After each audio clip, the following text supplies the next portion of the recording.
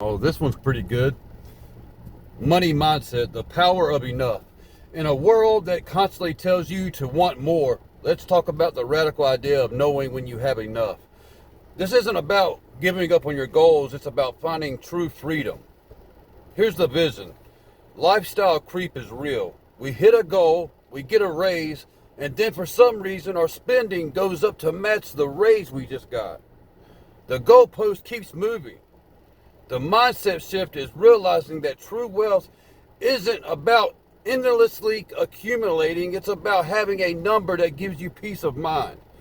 Enough is a place where your needs are met, your future is secure, and you have the freedom to live on your own terms. What does enough look like for you? Share one aspect of your ideal financial life in the comments below. Let's define our own victory. Thanks for watching.